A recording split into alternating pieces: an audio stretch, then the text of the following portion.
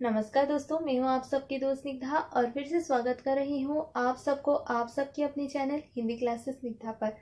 दोस्तों, कल की जो हमारी वीडियो थी उस पर हम चर्चा कर रहे थे हमारे एमटी यानी कि हमारी यूजीसी नेट के सिलेबस की इकाई 2 में लगा हुआ एक महत्वपूर्ण चीज़ विद्यापति और उनके पदावली के बारे में, जिसपे कल हम चर्चा कर रहे थे विद्यापति जी के द्वारा, मतलब विद्यापति जी के बारे में महत्वपूर्ण जो जानकारियाँ जो कि मैं अलग अलग ग्रंथों से ली हुई थी मैंने आपको दिया। और आज की जो हमारी वीडियो है उस पर हम सिर्फ और सिर्फ विद्यापति जी की महत्वपूर्ण पंक्तियों के बारे में चर्चा करेंगे। इसमें पदावली से तो रहेगा ही पंक्तियाँ जो कि मुझे इम्पोर्टेंट लगी, मैं यहाँ पर ली हुई हूँ, वो रहेगा। उसके साथ साथ मैं कीर्तिलता से भी कुछ पंक्तियाँ ली हुई हूँ जिसको हम देखेंगे। तो देर किस बात की है दोस्तों, चलिए क्या है वो महत्वपूर्ण पंक्तियाँ देख लेते हैं।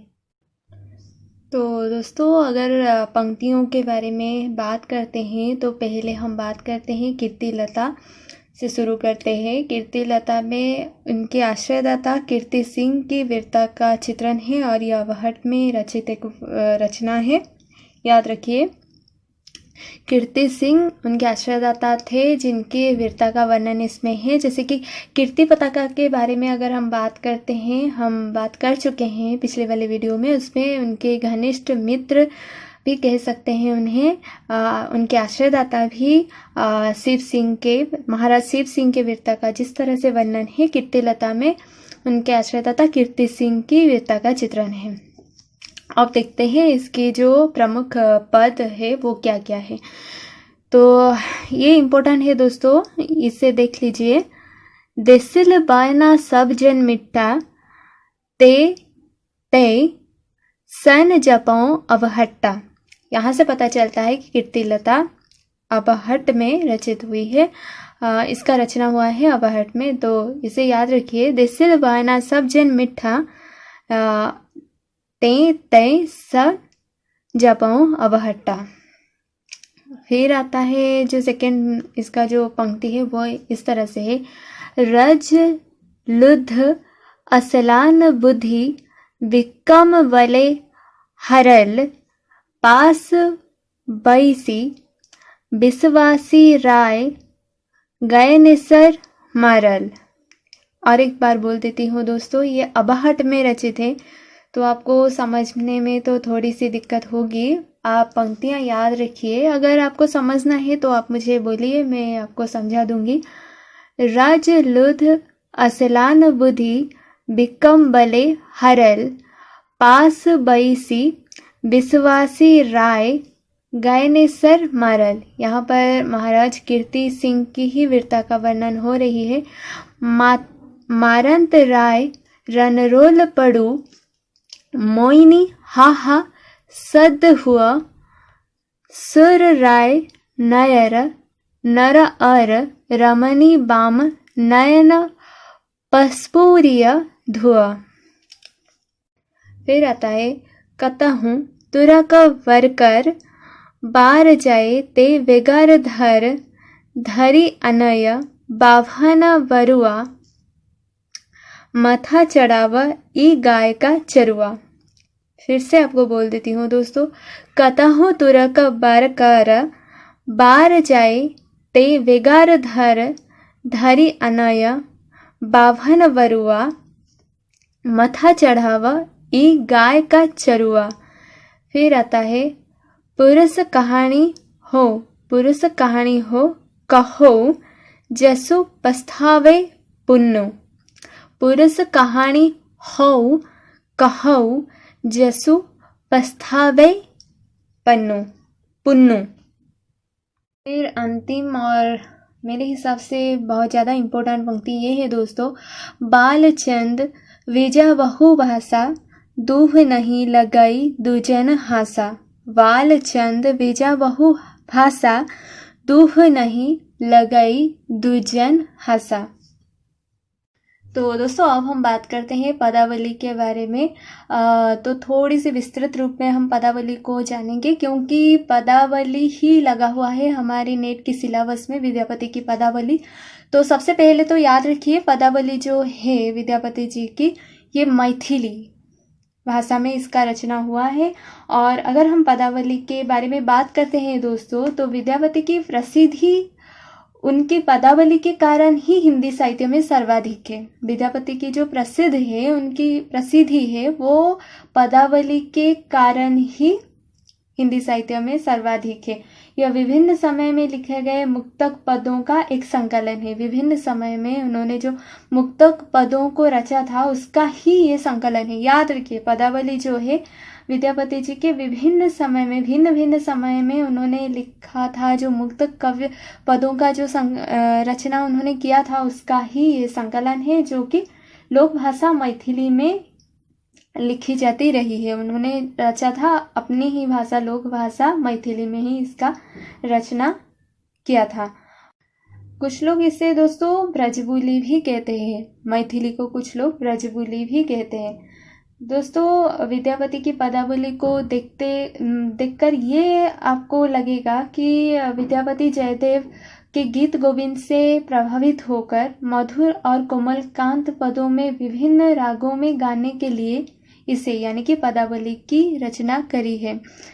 ये जो पदावली है दोस्तों, वो गीत गोविंद के साथ इसका जो समानता दिखाई देती है, जिस वजह से इसे माना जाता है कि विद्यापति जी ने जयदेव से ही प्रभावित होकर ये जो कोमलकांत पदावली की रचना करी है।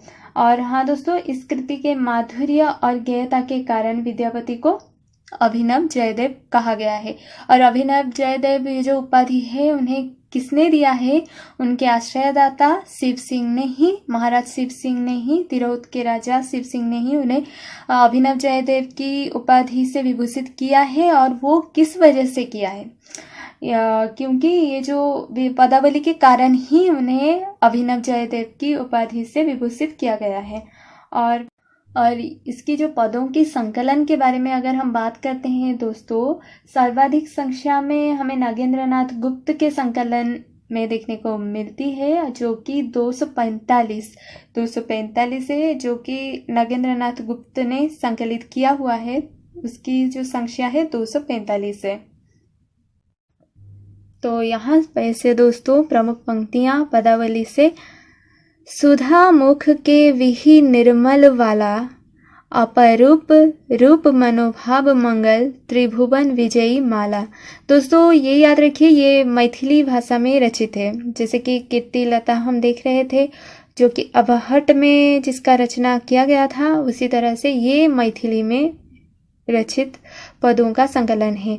सुधा मुख के विहि निर्मल वाला, सुधा मुख के विहि निर्मल वाला, अपरूप रूप मनोभाव मंगल, त्रिभुवन विजयी माला।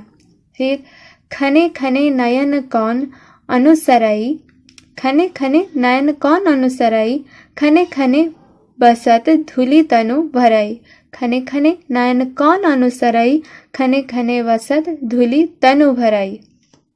फिर सरस वसंत समय भला, पावली दक्षिण पवन वाह धीरे। यहाँ पर वह का मतलब है बहना। सरस वसंत समय भला, पावली दक्षिण पवन वाह धीरे, सपनाहु रूप बचन एक, भासिय मुख से दूरी करू चिरे, तोहर वदन सम चांद होथि नाही, कइयो जतन विह केला। काली कहल पिय संझाहि रे, जाई भी मई मारू देश। काली कहल पिय संझाहि रे, जाई भी मई मारू देश। मोय अभागिली नहीं जानला रे, मोय अभागिली नहीं जानला रे, संग जई तब जोगिन वेश। और एक बार बोल देती हूँ। काली कहल पिय संझाहि रे, जाई भी मई मारू देश। मोय अभागिली नाही जानले रे, संग जई तब जोगिनी वेश। दोस्तों उम्मीद है आज की वीडियो आपको जरूर पसंद आई होगी। अगर आपको कोई भी सवाल मुझसे पूछनी हो, आप मुझे मेल कीजिए। मैं वादा करती हूँ आपकी ईमेल की रिप्लाई ज़रूर दूंगी। और हाँ दोस्तों, अगर आप किसी दूसरे जरिए के थ्रू मेरे साथ जुड़ना चाहते हैं तो आप मुझे मेल के अलावा फेसबुक, इंस्टाग्राम, ट्विटर के ज़रिए भी मेरे साथ जुड़ सकते हैं। क्योंकि दोस्तों आप जो कमेंट्स देते हैं उसकी रिप्लाई मैं ज़्यादातर नहीं दे पा रही हूँ, इसीलिए आप अलग अलग ज़रियों से मेरे साथ जुड़ जाइए, जिसकी लिंक मैं दे रखी हूँ नीचे डिस्क्रिप्शन बॉक्स में।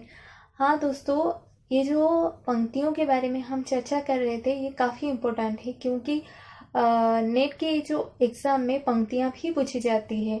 सिर्फ नेट नहीं, हिंदी के जितने भी सारी एग्ज़ाम है जिसमें आपको विद्यापति और उनके पदावली मिलेंगे, उसमें आपको पंक्तियाँ पूछी जा सकती है।